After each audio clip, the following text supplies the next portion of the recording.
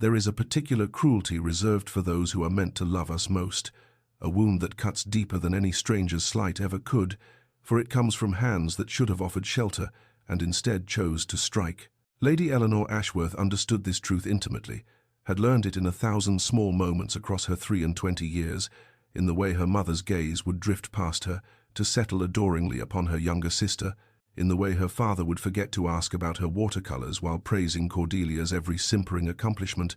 in the way the world itself seemed to have decided, long before Eleanor had any say in the matter,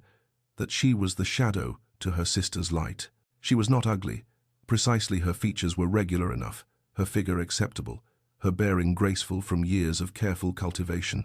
but beside Cordelia's golden curls and cornflower eyes, beside that porcelain complexion and rosebud mouth that seemed designed by Providence specifically to inspire poetry,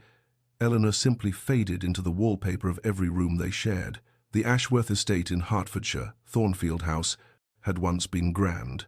though now the grandeur showed its age in peeling paper and threadbare carpets, in rooms kept closed to save on coal and silver plate, quietly sold to meet the butcher's bills. Eleanor's father, Viscount Ashworth, maintained appearances with the desperate determination of a man watching his legacy crumble, while her mother focused all her remaining hopes on the daughters who might yet save them through advantageous marriages, or rather, on the one daughter beautiful enough to command such a rescue. Eleanor had made her peace with this, or so she told herself during the long, quiet hours she spent in the modest library that had become her sanctuary, losing herself in novels and histories and philosophical treatises that no one expected her to understand. Books never looked through her as though she were invisible, never compared her unfavorably to anyone, never made her feel that her worth as a person was somehow lessened by the arrangement of her features or the mouse-brown shade of her hair. She had her books, her correspondence with a former governess who had encouraged her mind, her small watercolors of the garden that no one but herself ever saw, and she had convinced herself that this was enough, that contentment could be built from such modest materials if one simply refused to want more. But even the most carefully constructed walls have their cracks, and Eleanor's had begun to fracture 6 months past, in a London ballroom filled with candlelight and music and the cruel laughter of those she had trusted, in a moment that had stripped away every comfortable lie she had told herself about not needing what she could not have, and had left her with nothing but the raw and bleeding truth of her own foolish heart. The wound had been inflicted on a spring evening 6 months past, in the glittering ballroom of Lady Pemberton's London townhouse, where Eleanor had allowed herself, for one brief and catastrophic season, to believe that perhaps she had been wrong about her place in the world. Lord Marcus Fairfax, Baron of Westmere, had sought her out at 3 successive gatherings, had asked her opinions on literature and politics, had laughed at her quiet wit and looked at her truly, looked at her as though she were worthy of being seen. He was handsome in that careless, golden way that seemed to come so easily to men of his station, all easy smiles and practiced charm, and Eleanor, starved as she was for any attention that did not come seasoned with pity or dismissal, had drunk in his regard like water in a desert. She had begun to dream, foolish creature that she was, of a future where someone had chosen her, had wanted her, had seen past the shadow she cast beside Cordelia to find something of value in the quieter sister. She had been standing behind a potted palm, having stepped away from the crush to catch her breath and calm her racing heart, before Marcus arrived for the dance he had requested, when she heard his voice drifting from the adjacent alcove, and Cordelia's tinkling laugh accompanying it like poisoned honey. "You cannot mean it," Cordelia had said, her tone dripping with the false modesty that fooled everyone except Eleanor. "You have been so very attentive to my sister these past weeks. I had quite convinced myself you preferred bookish conversation to beauty." Marcus's response had shattered something fundamental within Eleanor's chest, some last fragile hope she had not even known she still carried. "Your sister served her purpose admirably," he had said, and Eleanor could hear the smile in his voice, the casual cruelty of a man who had never once considered that his words might carry weight enough to wound. One cannot simply approach the most beautiful woman in any room without appearing overeager. It reeks of desperation, and desperation is so very unfashionable. But a few dances with the plain sister, a bit of conversation that costs nothing, and suddenly one has established oneself as a man of depth and discernment. Your mother was only too happy to facilitate the introductions, and Eleanor herself seemed pathetically grateful for the attention. It was almost too easy. Cordelia's laugh had rung out like a bell, bright and sharp, and utterly devoid of sisterly feeling. Poor Eleanor, useful for introductions and nothing more. She actually believed you might court her. I saw it in her face, that ridiculous hope, as though any man would choose her when I was in the room.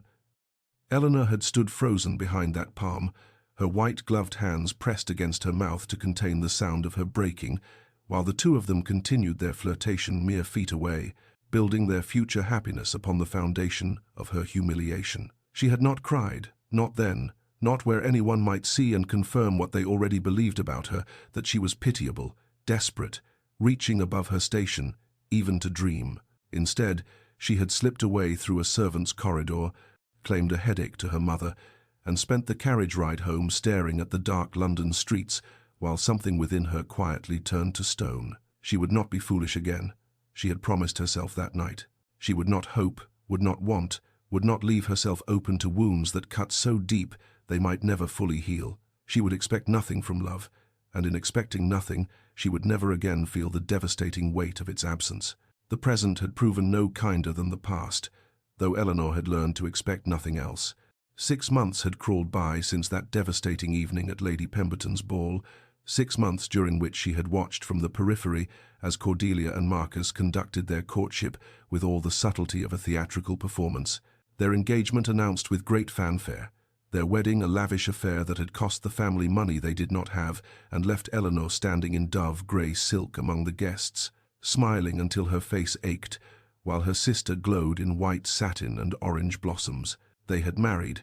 those two shallow souls so perfectly suited to one another, and now Cordelia had taken to visiting Thornfield House with alarming frequency, sweeping through the rooms of their childhood home as Lady Fairfax, dropping casual mentions of her London townhouse and her husband's connections and the parties she attended where everyone who mattered could be found. Eleanor endured these visits with the stoic grace of a woman who had long since learned that showing pain only invited further wounds, retreating to her library whenever possible, counting the hours until Cordelia's carriage would finally roll away down the drive and leave her in peace. The family's circumstances, meanwhile, had deteriorated beyond what even Eleanor had imagined possible, her father's gambling debts finally coming to light in a series of increasingly desperate conversations conducted behind closed doors that were not quite thick enough to muffle her mother's weeping or her father's blustering. Excuses. Creditors had begun to circle like carrion birds, and the remaining silver had disappeared from the sideboard, and cook had been let go in favor of a single maid of all work who did her best but could not prevent the slow decay of a household running on nothing but pride and pretense. Eleanor had resigned herself to a future of genteel poverty, of perhaps seeking a position as a governess or companion once her parents were gone, of fading quietly into the margins of a world that had never had much use for her anyway. And then the letter had arrived, carried on a silver salver that had somehow escaped the creditor's notice, bearing a seal Eleanor did not recognize and containing an invitation that seemed to belong to someone else's life entirely. The Dowager Duchess of Ashworth, a distant relation on her mother's side so remote that Eleanor had never even heard the connection mentioned, requested the pleasure of their company in London for the remainder of the season, expressing a particular interest in becoming acquainted with the young ladies of the family. Eleanor's mother had nearly fainted with desperate hope, seeing in this unexpected summons one final chance to secure Eleanor's future before it was too late, before she aged past any possibility of marriage and became simply another burden on a family that could ill afford to carry her. Eleanor herself had agreed to go for reasons far less optimistic. She would travel to London not to find a husband she no longer believed existed for someone like her, but simply to escape the house where Cordelia reigned as visiting queen, to breathe air that did not taste of humiliation and broken dreams, to exist for a few weeks in a place where no one knew she was the plain sister, the overlooked one, the girl who had been fool enough to believe a handsome man might actually want her. London revealed itself to Eleanor in layers of soot and grandeur, the carriage rattling through streets that seemed to pulse with a vitality entirely foreign to the quiet decay of Thornfield House, and she pressed her face to the window like a child, despite her mother's tutting about propriety and appearances, drinking in the sight of a world that had never had reason to notice her existence. The Dowager Duchess of Ashworth's residence on Grosvenor Square, proved to be everything their own diminished circumstances were not: gleaming marble floors, footmen in immaculate livery, chandeliers that caught the afternoon light and scattered it like diamonds across silk-papered walls. And Eleanor felt acutely aware of her provincial dress and unfashionable bonnet as she was ushered into a drawing-room decorated with the casual elegance of truly old money. The dowager herself defied every expectation Eleanor had formed during the journey, for rather than the frail and fussy elderly relation she had imagined, she found herself facing a woman of perhaps 70 years who possessed eyes sharp as cut glass and a tongue, as Eleanor would soon discover, even sharper. "So you are the intelligent one," the dowager had announced within moments of their introduction, waving away Eleanor's mother with a flick of her bringed fingers and fixing Eleanor with an assessing stare that seemed to catalogue every thought she had ever had. "I have heard about the other one, the pretty sister who married that Fairfax fool, all beauty and no substance, from what my sources tell me, which means she shall be miserable within a year and deserve every moment of it. But you, child, you have something behind those eyes, something worth cultivating." Eleanor had not known how to respond to such forthright assessment, but the dowager had not seemed to require response, merely continuing her examination while asking questions about Eleanor's reading habits and opinions on matters, political and philosophical, questions no one had ever thought to ask her before. It was during her second week in London, at a musicale hosted by the Countess of Ravenswood, that Eleanor first beheld the dowager's grandson, and even across the crowded room she understood immediately why society whispered about Alexander Blackwood, the Duke of Ashworth, with such a mixture of fascination and fear. He stood apart from the glittering crowd, a tall figure in severe black evening clothes, his dark hair swept back from a face that might have been carved from marble for all the warmth it displayed, and when his gaze swept the room, it passed over the assembled guests with an indifference that bordered on contempt. "Cold as a winter grave," she overheard Lady Pemberton murmur to her companion, "but rich as Croesus and twice as powerful, so every mamma in London would sell her soul to see her daughter become his duchess." Eleanor watched him for a moment longer, noting the way lesser men seemed to shrink from his path, the way even the most determined debutantes faltered before his forbidding expression, and she felt nothing but a mild curiosity about what manner of man could inspire such universal intimidation. She did not dream of him that night, did not wonder about the mind behind those cold grey eyes, did not imagine for even a moment that his fate might become entangled with her own, for she had learned her lesson about hoping and dreaming, and the Duke of Ashworth existed in a sphere so far removed from her own that he might as well have been a character in one of her novels, interesting to observe from a safe distance, but utterly irrelevant to the quiet, diminished life she had accepted as her portion. The summons came on a Thursday afternoon, delivered by a footman in the Duke's livery, who presented Eleanor with a card requesting her presence in the dowager's private sitting-room at her earliest convenience, which was to say, immediately, and Eleanor had barely time to smooth her hair and pinch colour into her cheeks before she found herself standing before a door that seemed suddenly larger and more imposing than it had any right to be. The dowager was not alone, and Eleanor's heart performed a curious stutter when she realized that the tall figure standing by the window, silhouetted against the afternoon light, was none other than the Duke of Ashworth himself, his severe features rendered even more austere by the shadows that played across his face as he turned to regard her with those grey eyes that revealed nothing of the thoughts behind them. "Sit down, child," the dowager commanded, though not unkindly, and Eleanor obeyed on legs that felt oddly unsteady, folding her hands in her lap to hide their trembling while she waited for someone to explain why she had been brought here, why the most powerful man in England was studying her as if she were a ledger he was considering for purchase. "My grandson has a proposal for you," the dowager continued, and something in her tone suggested she found the situation amusing. "And I shall leave you to discuss it privately, though I expect you to hear him out before you make any decisions." She departed in a rustle of silk and lavender perfume, and then Eleanor was alone with the Duke, the silence between them stretching taut as a bowstring, until he finally spoke in a voice that was deep and measured and entirely without warmth. "I shall be direct, Lady Eleanor,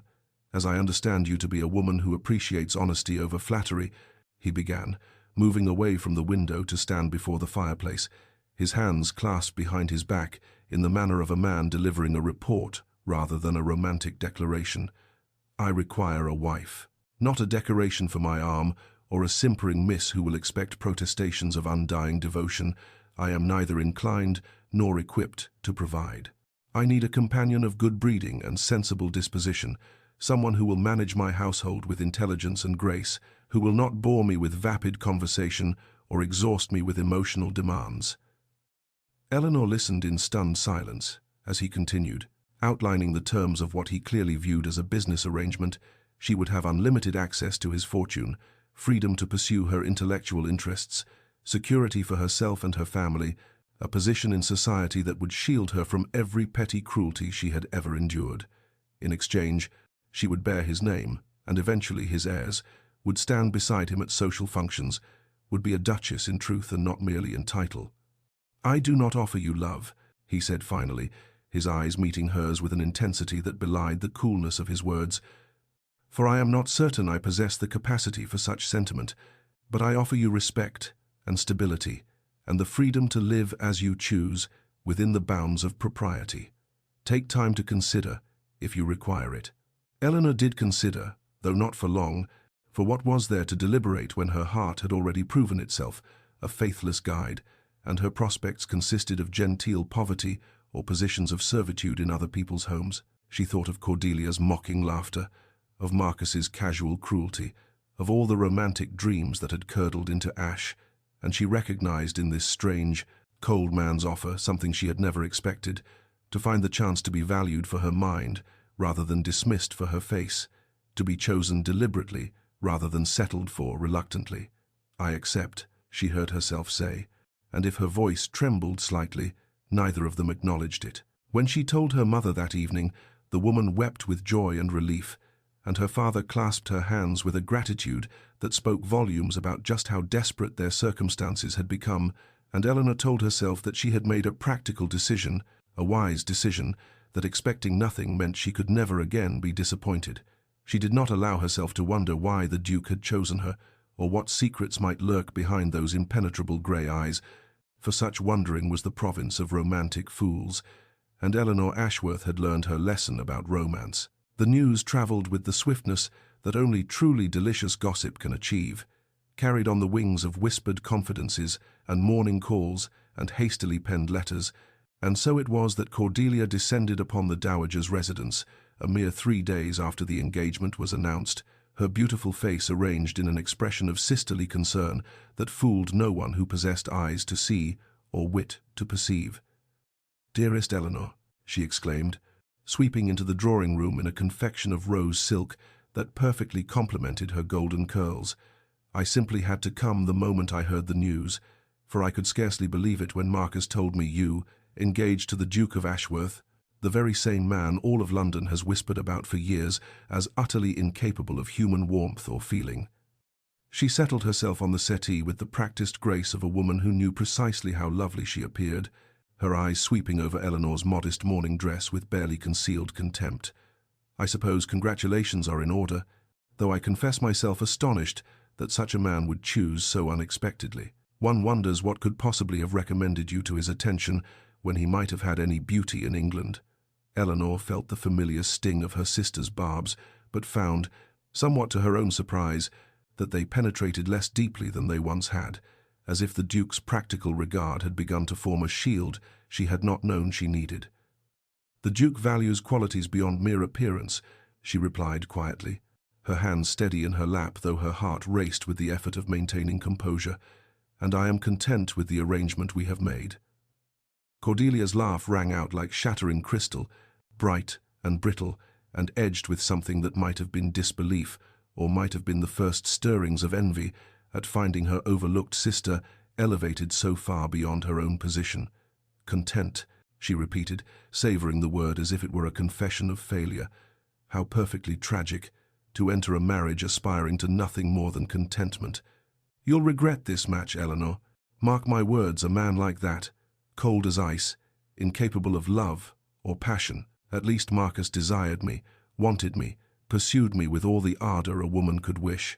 She leaned forward, her voice dropping to a confidential murmur that dripped with poisoned honey. "He will never love you, sister. He has chosen you precisely because you will not inspire feelings he has no wish to experience. You shall be a housekeeper with a title, nothing more." Eleanor thought of Marcus Fairfax, of whispered cruelties overheard in moonlit gardens, of a heart broken so thoroughly she had believed it beyond repair, and she looked at her beautiful sister, who had taken everything Eleanor had ever wanted, and felt something shift within her chest, not quite pity, not yet, but the first recognition that beauty without kindness was a hollow victory. "Perhaps," Eleanor said, rising to indicate the visit was concluded, "but I have learned that there are worse fates than a marriage built on respect rather than romantic illusion." Cordelia departed in a flurry of silk and indignation, her parting words a prophecy of misery that Eleanor tucked away in the quiet corners of her mind, and if she wondered in the darkness of her chamber that night whether her sister might be right, whether she was trading one form of loneliness for another, she reminded herself firmly that she had asked for nothing but security, and security was precisely what she would receive. The wedding took place on a morning in late spring, when the cathedral seemed to hold its breath in anticipation, sunlight streaming through ancient stained glass to cast patterns of ruby and gold across the stone floor where Eleanor stood in ivory silk, her hands trembling only slightly as she spoke, vows that would bind her to a man she barely knew, but had chosen to trust with her future. Alexander was resplendent in dark, formal attire, his expression as unreadable as ever, though Eleanor thought she detected something almost like uncertainty in the set of his shoulders. As he slid the ring upon her finger, a band of gold, set with sapphires that matched the necklace the dowager had pressed upon her that morning, with tears in her sharp old eyes. The ceremony passed in a blur of incense and organ music and faces she did not recognize, and then she was a duchess, her hand resting in the crook of her husband's arm as they processed down the aisle, past pews filled with the cream of English society, all of whom had come to witness the inexplicable match between the cold duke and the plain Ashworth girl. The wedding breakfast was elegant and interminable, and Eleanor smiled until her face ached. Accepted congratulations she suspected were more curious than sincere, and counted the hours until she might escape to whatever her new life would become. The carriage ride to Blackwood Manor took the better part of a day, during which Alexander sat across from her reading correspondence, while Eleanor watched the countryside transform from London's grey sprawl to rolling green hills, and finally to the vast parkland that announced the Duke's ancestral seat. The manor itself stole her breath, a magnificent edifice of honey-coloured stone that seemed to have grown from the very earth it commanded, its countless windows glinting in the fading light like watchful eyes. That first night, Eleanor had braced herself for the duty she knew marriage required, had steeled her nerves and her heart for an intimacy she did not feel ready to share, but Alexander had merely escorted her to a suite of rooms more luxurious than any she had ever imagined, and bid her good night at the door with a formality that bordered on gentleness. "There is no rush," he had said, his grey eyes meeting hers with something she could not quite decipher. "Take whatever time you need to feel at home here." In the weeks that followed, Eleanor discovered that Blackwood Manor was less a prison than she had feared, and more a sanctuary than she had dared hope, its vast library becoming her particular refuge, its manicured grounds offering endless paths for contemplation. Alexander remained a courteous stranger, joining her for dinner each evening, where their conversation touched upon books and estate matters, and nothing of consequence, yet Eleanor began to notice small kindnesses she could not quite attribute to coincidence. A vase of primroses appearing in her sitting room when she had mentioned missing the wildflowers of her childhood home, a volume of poetry she had admired in the library, finding its way to her bedside table, her favourite dishes appearing at meals, though she could not recall expressing her preferences aloud. The staff, initially wary of their new mistress, began to warm to her quiet kindness, and Mrs. Pemberton, the housekeeper, confided that the household had not felt so peaceful in years, though Eleanor could not imagine what storms might have preceded her arrival to make her unremarkable presence seem so welcome. It was on an afternoon in early summer that Eleanor first glimpsed the man her husband truly was,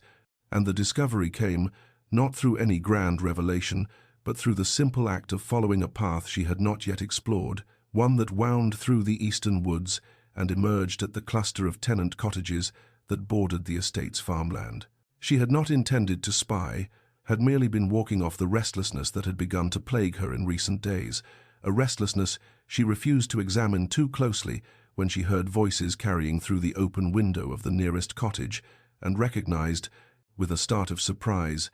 the deep tones of Alexander's voice speaking with a gentleness she had never heard him employ. Eleanor drew closer, concealing herself behind the thick trunk of an ancient oak,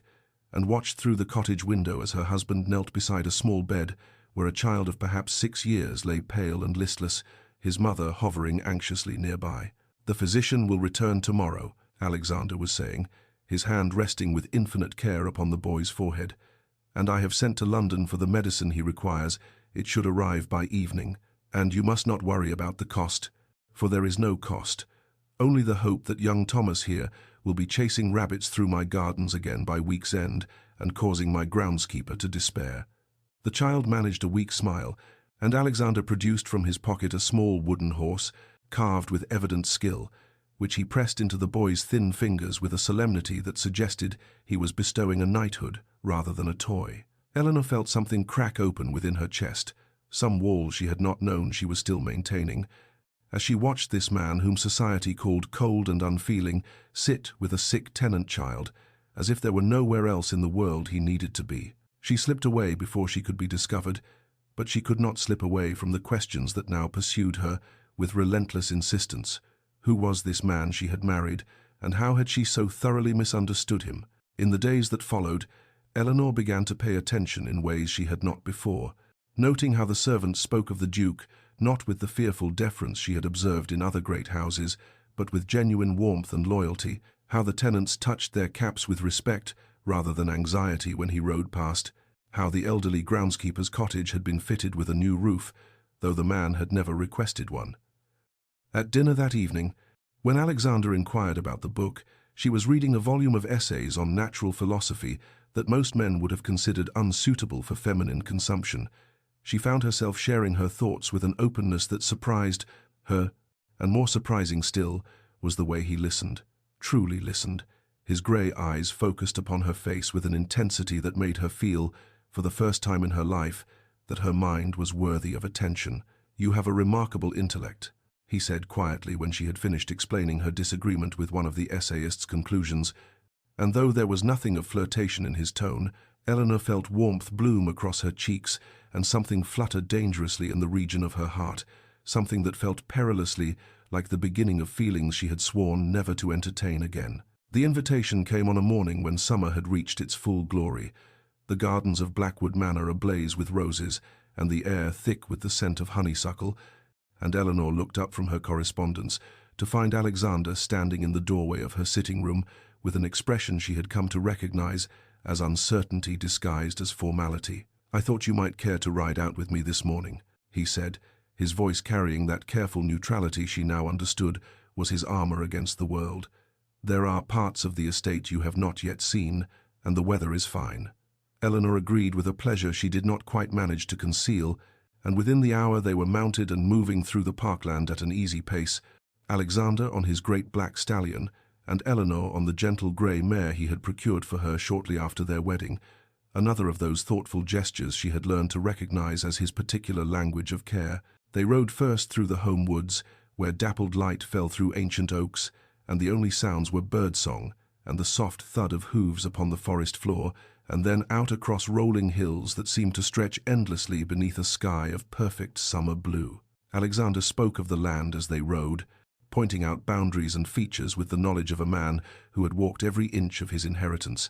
but gradually the conversation turned to other things, to books they had both read, to opinions they discovered they shared, to memories that emerged slowly, like creatures venturing forth from long hibernation. "My father believed that sentiment was the province of lesser men," Alexander said at one point, his gaze fixed upon the distant horizon, his voice carrying an old pain that Eleanor recognized because she carried her own. "He considered any display of emotion to be weakness, and he was not gentle in teaching that lesson." Eleanor listened as he spoke of a childhood spent in magnificent rooms that held no warmth, of a mother who had died when he was 7 and whose memory his father had forbidden him to mention, of learning to build walls so thick and so high that eventually he forgot there had ever been anything behind them worth protecting. She shared her own stories in return, speaking cautiously at first, and then with growing trust of being the daughter who was never quite enough, of watching Cordelia receive the love and attention she had craved,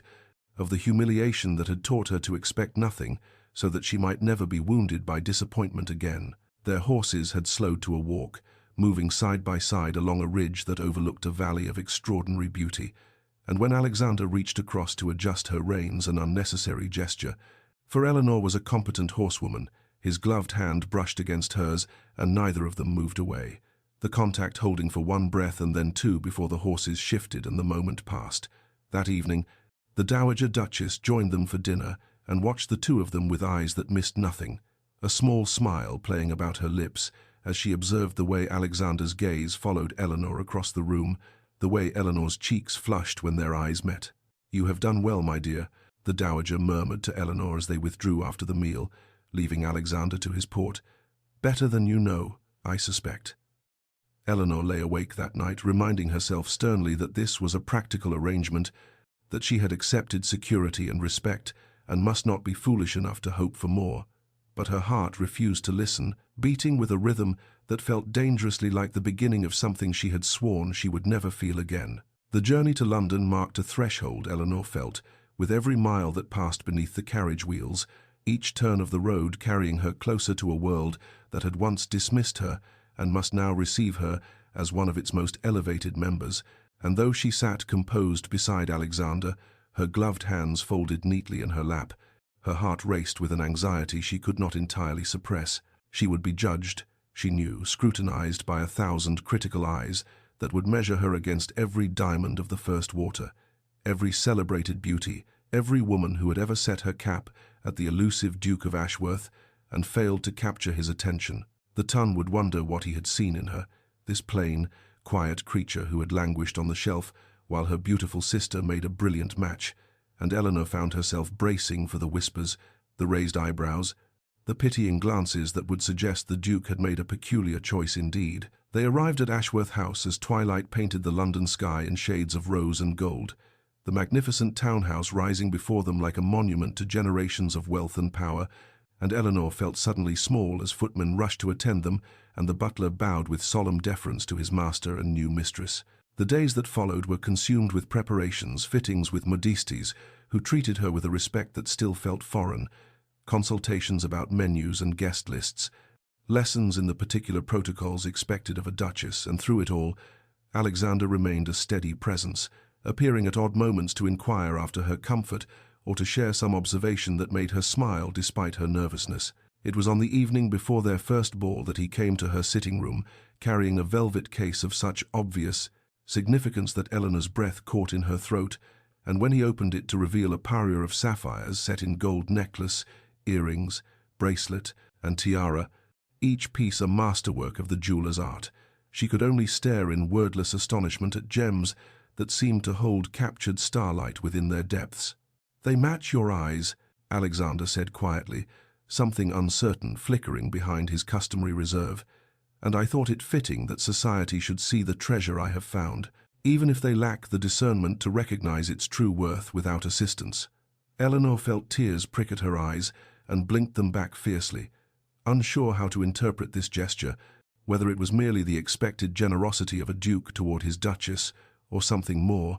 something that made her heart ache with a hope she still feared to name. The ball itself was a glittering crush of London's finest, hundreds of candles blazing in crystal chandeliers, the scent of hothouse flowers mingling with expensive perfumes, music swelling from the orchestra as couples took to the floor in elegant formations. Eleanor felt the weight of every gaze as they entered, heard the whispers that rippled through the crowd like wind through wheat, but Alexander's hand remained warm and steady at the small of her back, guiding her forward with a quiet authority that seemed to dare anyone to question his choice. And for the first time in her life, Eleanor understood what it meant to feel truly protected. They had danced twice and were standing near the refreshment table when Eleanor saw them approaching through the crowd, Cordelia resplendent in rose silk that complemented her golden beauty, and Marcus at her side with that easy smile Eleanor had once foolishly believed was meant for her, and she felt her stomach clench with an old familiar dread even as she lifted her chin and arranged her features into an expression of polite welcome. "Eleanor, darling sister," Cordelia purred, her eyes sweeping over Eleanor's gown, the sapphires at her throat, with an assessment that was both hungry and dismissive. "How grand you look, one would almost not recognize you, so transformed by your new circumstances, though I confess the sapphires are rather overwhelming for someone of your coloring, do you not think?" The words were delivered with a smile that did not reach her eyes, and Eleanor felt the familiar sting of her sister's casual cruelty, the way Cordelia had always known precisely where to place her barbs for maximum effect. "Lady Fairfax," Alexander said, his voice carrying that particular quality of ice that Eleanor had learned he reserved for those who displeased him, "how kind of you to offer your opinion on matters of which you have neither knowledge nor taste." Cordelia's smile faltered for just a moment before she recovered, turning to Marcus with a tinkling laugh that rang false in the suddenly attentive air around them. For others had begun to notice the exchange, heads turning and conversations pausing as the ton sensed the delicious possibility of scandal. "Your grace is too severe," Cordelia continued, her voice carrying just enough to be heard by those nearby. "I meant only that Eleanor has always been better suited to quieter pursuits, books and such, rather than the glittering world of society, and one cannot help but wonder if she finds it all rather exhausting, pretending to belong in a sphere so far above her natural inclinations." The silence that followed was absolute, and Eleanor felt the eyes of 100 guests upon her, felt the old shame rising in her throat, the certainty that everyone was thinking what Cordelia had implied, that she was an impostor, a plain woman who had somehow stumbled into a position she did not deserve and could not hope to maintain. But before she could speak, before she could summon the words to defend herself, Alexander moved, stepping slightly forward in a gesture that was somehow both subtle and unmistakably protective. And when he spoke, his voice carried across the ballroom with an authority that commanded absolute attention. "I have married the most remarkable woman in this room," he said, each word precise and deliberate, his gaze sweeping across the assembled company before settling with unmistakable contempt upon Marcus, "and any man who failed to see her worth has only revealed his own deficiency of character, a deficiency that, I suspect, provides its own punishment in time." The ballroom had gone utterly still, and Eleanor watched as Marcus flushed a deep, mottled red, as Cordelia's painted smile crumbled into something closer to shock, as the whispers began to ripple outward through the crowd in waves of barely suppressed excitement. Alexander turned to Eleanor then, extending his hand with a formal grace that somehow felt infinitely tender, and she placed her fingers in his and allowed him to lead her onto the dance floor as the orchestra struck up a waltz, and as they moved together through the figures, she found herself blinking back tears that she refused to let fall, her heart so full of gratitude and something far more dangerous that she could scarcely breathe for the weight of it. The carriage ride home was conducted in a silence that felt neither uncomfortable nor complete, the wheels rattling over cobblestones as the London night flowed past the windows in a blur of gaslight and shadow, and Eleanor found herself acutely aware of Alexander's presence beside her, the warmth of him, the faint scent of his cologne, the way his gloved hands rested upon his knees with that characteristic stillness that she had come to recognize as a kind of armor against the world. She knew she should speak, should find some way to express the tumult of emotion that threatened to overwhelm her, but the words tangled in her throat, inadequate to convey what it had meant to hear him defend her so publicly, so absolutely, in front of the very people who had always looked through her as though she were made of glass.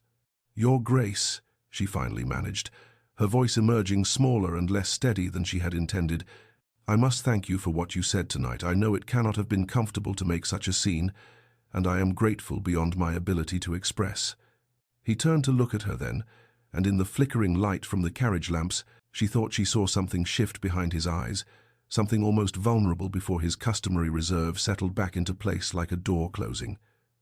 "There is nothing to thank me for," he said quietly. "I spoke only the truth, and it is a truth that should never have required speaking. Any person of sense would recognize your worth without prompting." The dismissal of her gratitude should have stung, but Eleanor understood, somehow, that this was simply his way, that accepting thanks for what he considered basic decency was as foreign to him as the easy expressions of affection that came so naturally to others, and she felt her heart ache with a tenderness that frightened her with its intensity. They arrived at Ashworth House and walked together through the grand entrance hall, the servants melting away with practiced discretion, and as they climbed the stairs toward their separate chambers, Eleanor became aware that Alexander had slowed his pace, that they had stopped in the corridor, where the candlelight cast dancing shadows on the silk-papered walls. And when she turned to bid him good night, she found him closer than expected, his eyes searching her face with an intensity that stole her breath. For one suspended moment, she was certain he would kiss her. She could see the intention in the slight parting of his lips, feel it in the way the air between them seemed to thicken with possibility. But then something flickered across his features, something that looked almost like fear,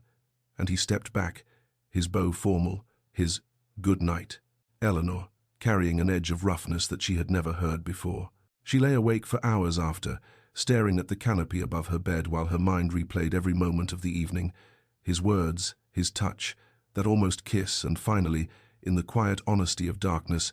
she allowed herself to name the truth she had been fighting since those first unexpected kindnesses at Blackwood Manor, since the flowers in her favorite colors, and the books that appeared like magic, and the gentle way he had asked nothing of her but her presence. She loved him. She, who had sworn never to be foolish again, who had accepted this marriage as a practical arrangement and nothing more, had fallen completely and irrevocably in love with her husband, and the realization brought not joy but terror. For what if he never felt the same? What if Cordelia had been right, and she would spend her life longing for warmth from a man made of ice? Yet even as she feared, she remembered the way he had looked at her tonight, the fierce protectiveness in his voice,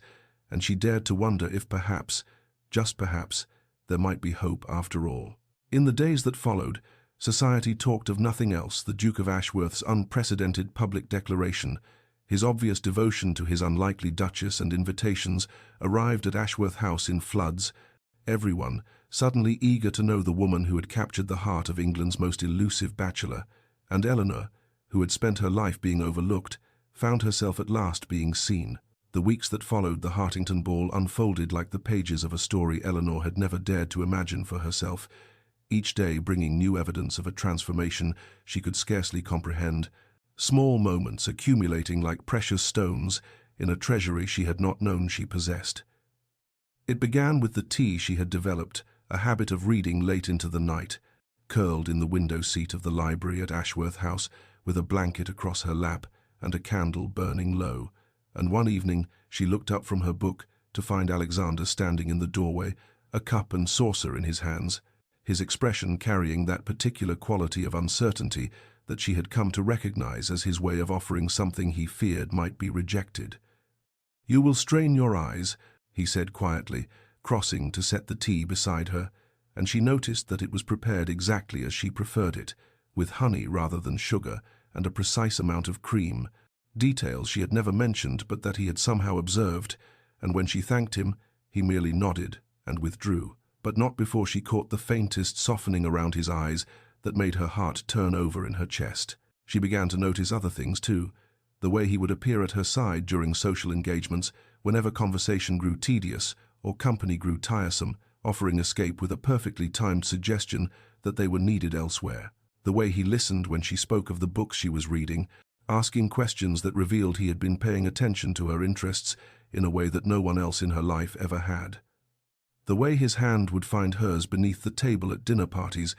a secret touch that sent warmth spreading through her entire being, while their faces revealed nothing to the watching world. One evening at Lady Pemberton's musicale, when the soprano had been particularly shrill and the evening particularly long, Eleanor caught Alexander's eye across the room and saw her own thoughts, reflected their amusement, endurance, the shared understanding of two people who had somehow become conspirators in the performance of social obligation, and when she pressed her lips together to suppress a smile, she saw him do the same, and in that moment of silent communion she felt more intimately connected to another person than she had ever felt in her life. The dowager, who missed nothing, remarked upon it during a morning call,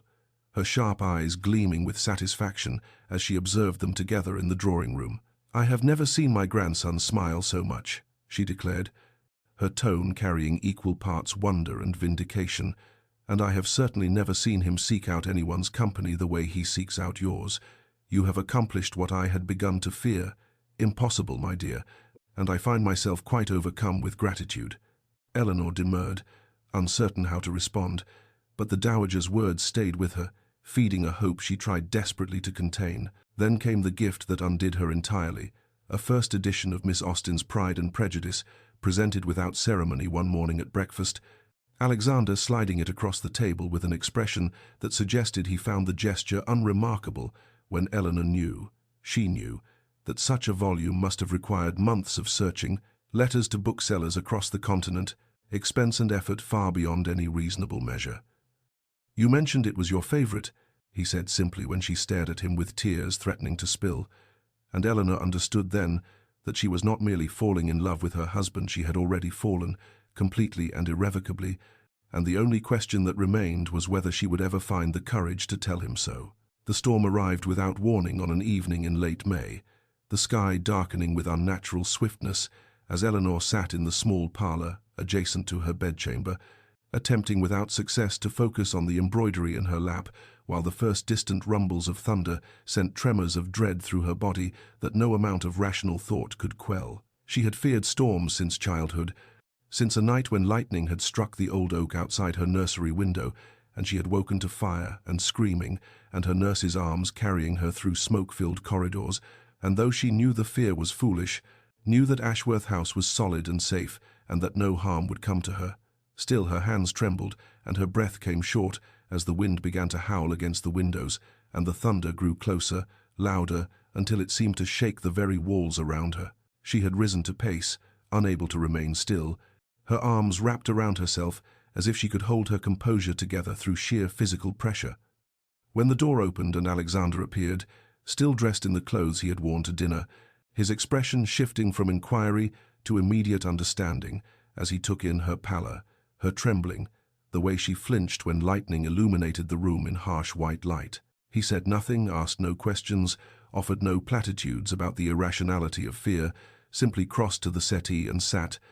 then looked at her with quiet expectation until she found herself sinking down beside him, close enough that she could feel the warmth of him, the solid steadiness of his presence like an anchor in the chaos of the storm. And then he began to talk, his voice low and even, telling her about the history of Blackwood Manor, about the gardens his mother had planted and the folly his grandfather had built, about the tenant farmer whose prize pig had once escaped and been found sleeping in the chapel. And Eleanor found herself listening, found her breathing slowing to match the rhythm of his words,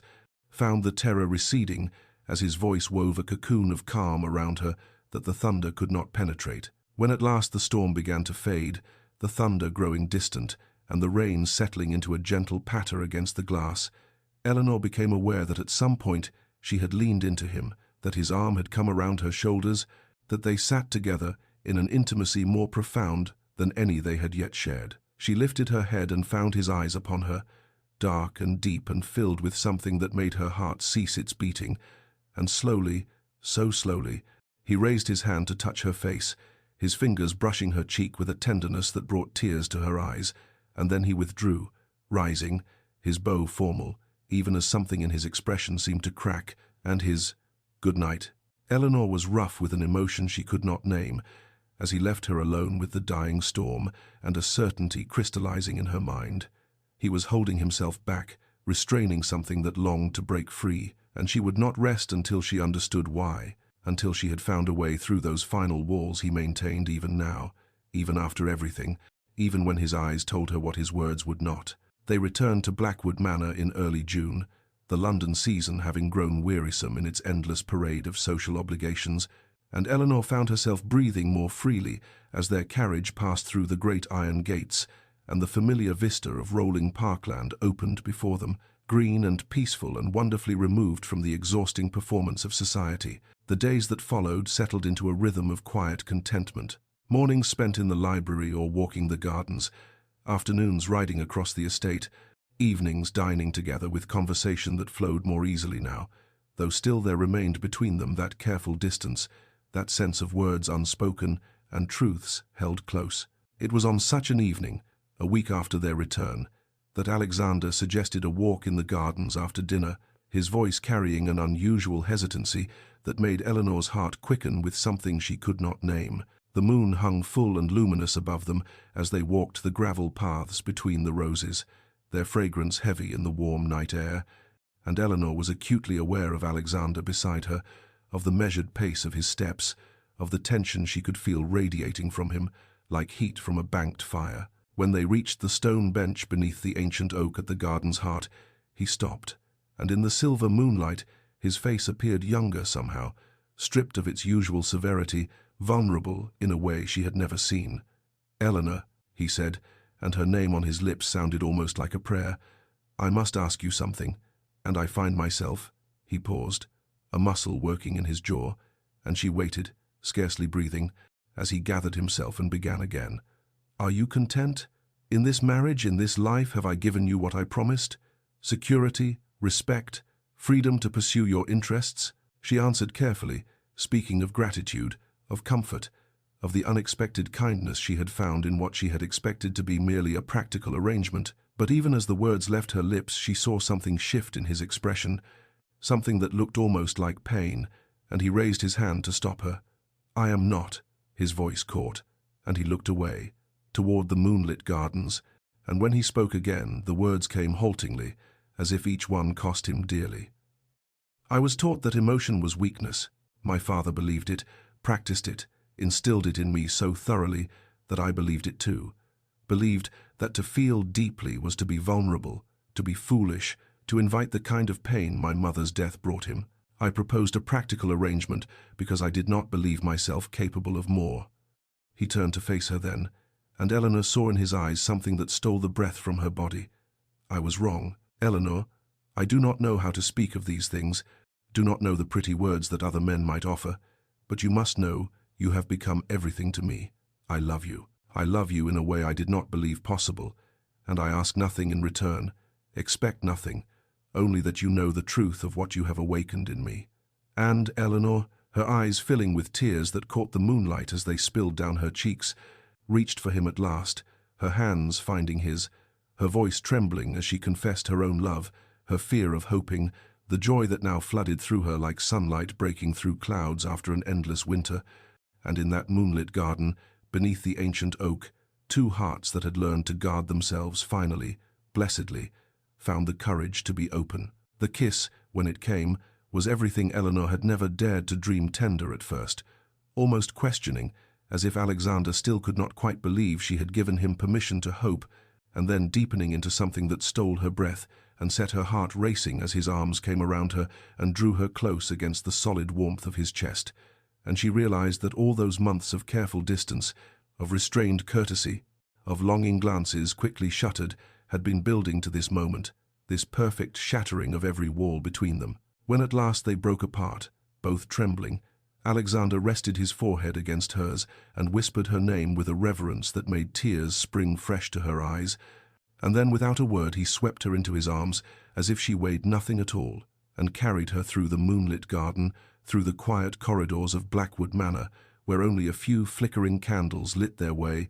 to the chamber they would now share, not as strangers bound by contract, but as husband and wife, in the truest, most sacred sense of the words. What passed between them that night was not the awkward fulfillment of duty Eleanor had once resigned herself to expect, but rather a revelation, his hands gentle and sure as they learned the landscape of her, his whispered words of love and wonder warming her skin wherever they fell, her own tentative touches growing bolder as she discovered the man beneath the Duke's austere exterior, passionate and tender and trembling with the force of emotions so long suppressed. They came together with a sweetness that transcended the merely physical, two souls recognizing in each other the home they had searched for all their lives. And when Eleanor cried out, it was from joy as much as pleasure, from the overwhelming rightness of being held by a man who saw her, truly saw her, and found her worthy of love. Afterward, they lay tangled together in the moonlight that streamed through the tall windows, her head upon his chest, where she could hear the steady rhythm of his heart, and they spoke in whispers of hopes and dreams and futures they would build together, of children who would know both strength and tenderness, of years stretching before them like an unwritten book, waiting to be filled with happiness, of the miracle that had brought them from a practical arrangement to this profound and unexpected love. When dawn crept golden through the curtains, Eleanor woke to find Alexander watching her with an expression of such naked adoration that she laughed aloud from pure joy. And he smiled, truly smiled, the expression transforming his severe features into something beautiful and drew her close for a kiss that promised this was only the beginning. They breakfasted together in her sitting room, feeding each other bites of toast and speaking of small pleasures as if they had been married in truth for years, and Eleanor understood at last what it meant to find home not in a place but in a person, to know with absolute certainty that whatever trials the future might bring, she would face them with this man beside her, and that the practical arrangement Cordelia had mocked had become the greatest blessing of her life. The grand ball hosted by the Duke and Duchess of Ashworth at their London residence in late June was declared by all who attended to be the most magnificent event of the season,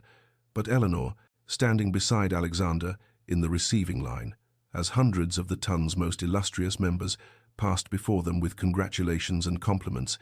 cared nothing for the elaborate flower arrangements imported from 3 countries, or the orchestra brought specially from Vienna, or the champagne flowing like water through the glittering rooms. She cared only for the warmth of her husband's hand at the small of her back, for the way his eyes found hers across crowded conversations with a look that spoke of secrets shared and promises kept,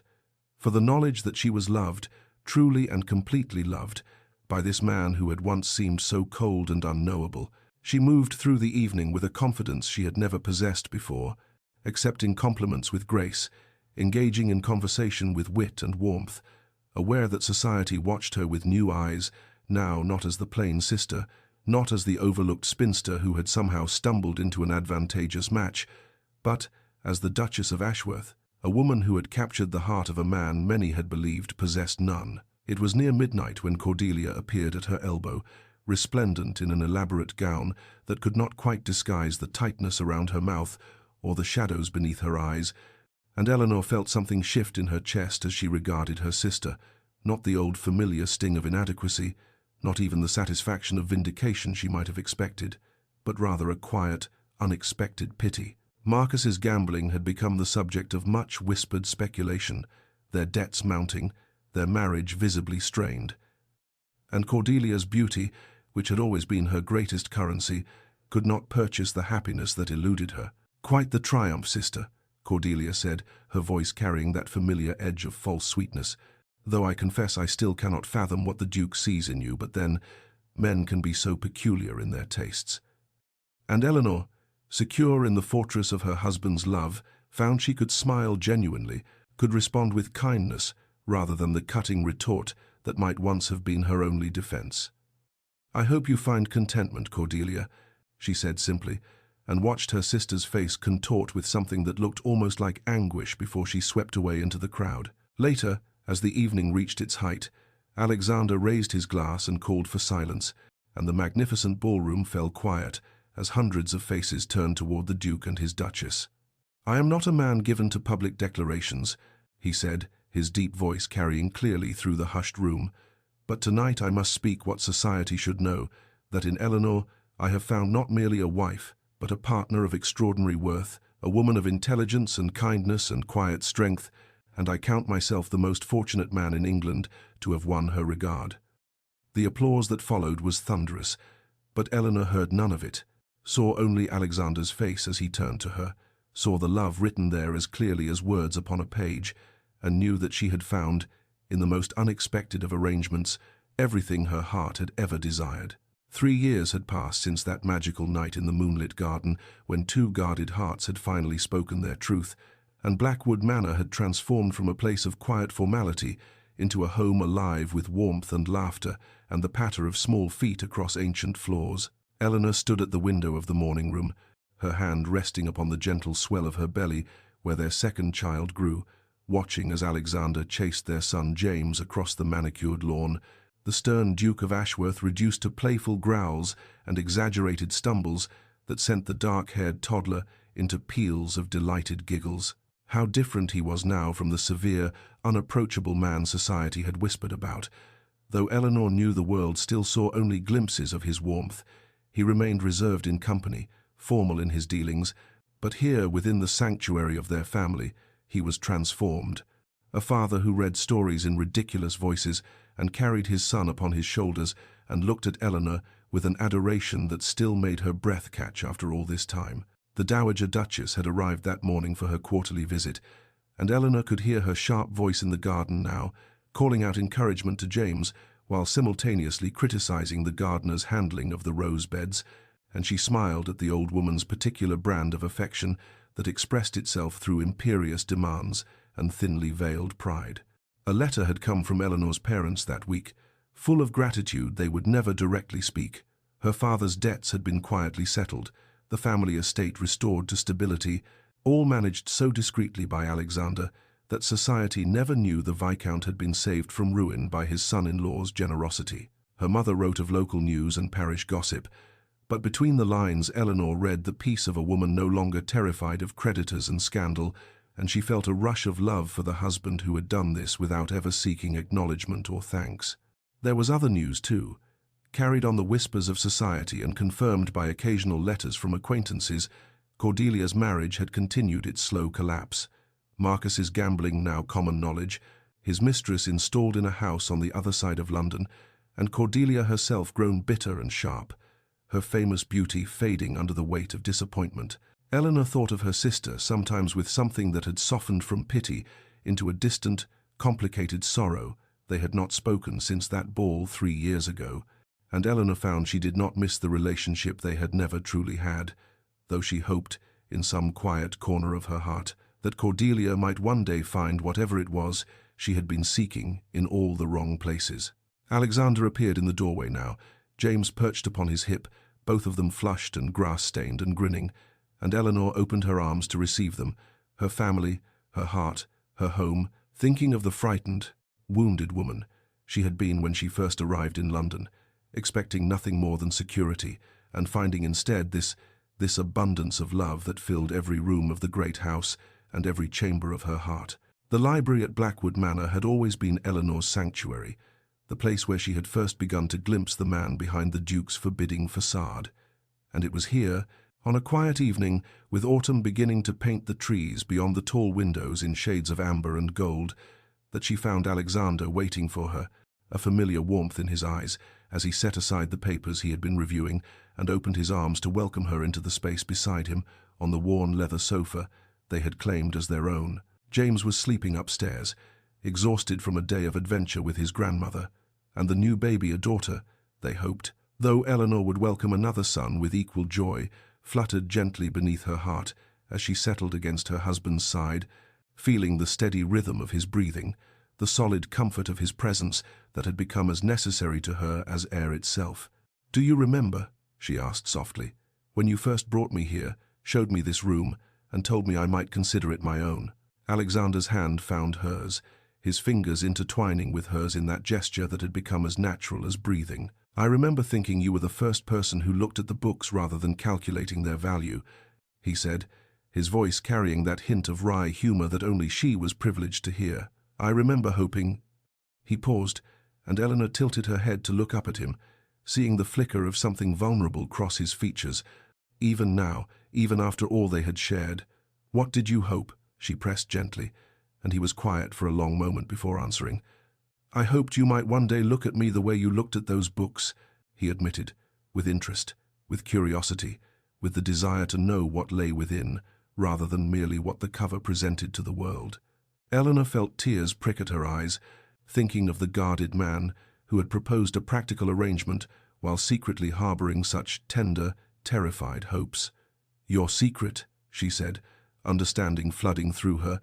"The one Cordelia said I did not know. It was never coldness at all, was it? It was hope. It was the fear of hoping."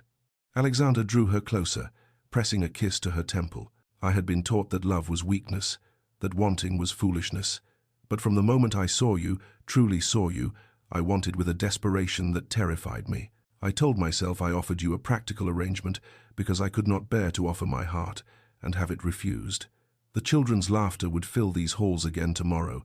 The dowager would offer her sharp-tongued wisdom. The world would continue with its demands and delights. But in this moment there was only the two of them,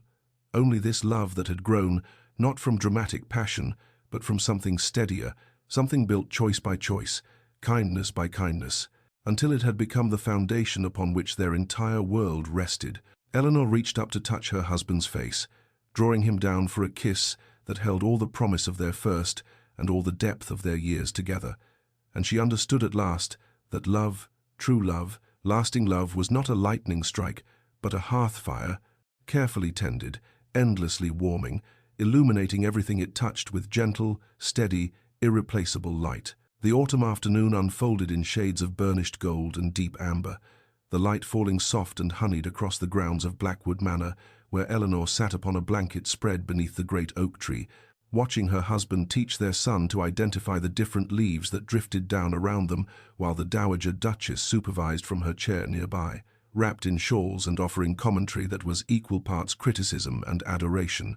This, Eleanor thought, as she rested her hands upon the swell, where their daughter, for the physician had confirmed it, just that morning grew strong and healthy. This was what happiness looked like, when it was not the fleeting spark of infatuation, but the steady, sustaining flame of a life built with intention and care, and the daily choice to love, even when love required effort, required patience, required the surrender of pride, and the embrace of vulnerability. She thought of the woman she had been 4 years ago, standing in her father's modest drawing room with her heart freshly shattered, believing that she had learned the truth about love, that it was a game played by the beautiful and the charming, a currency she did not possess, a door forever closed to plain, bookish, overlooked Eleanor Ashworth. How wrong she had been, and how grateful she was for that wrongness. For if Marcus Fairfax had wanted her, if Cordelia had not been cruel, she would never have found her way to this place, this man, this life that exceeded every dream she had been too wounded to allow herself to imagine. The greatest loves, she understood now, often began not with thunderbolts and racing pulses, but with respect, with kindness, with the willingness to see beyond surfaces, to the tender, frightened hearts that beat beneath even the most forbidding exteriors. Worth was not measured by the shallow judgments of ballrooms and drawing rooms, not determined by the set of one's features or the brightness of one's smile, but revealed through constancy, through compassion, through the 1,000 small choices that built a marriage into a fortress of mutual devotion. Alexander looked up then, catching her eye across the lawn,